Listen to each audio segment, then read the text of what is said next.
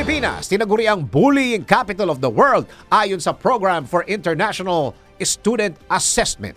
Narito ang news scoop ni Ralph de la Cruz.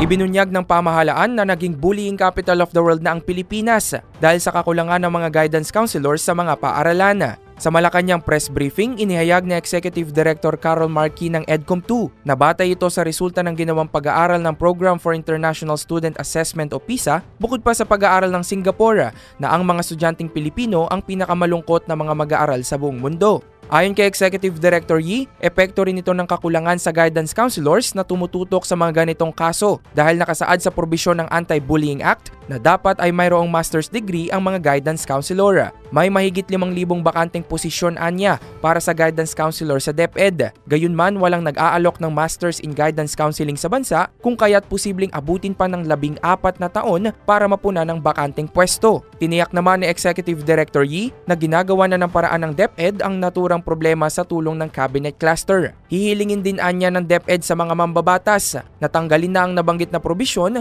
upang mapuna ng kakulangan ng guidance counselors sa mga paaralan. Yan ang aking news scoop. Ako si Ralph de la Cruz. Nagbabalita ng tama, naglilingkod ng tama.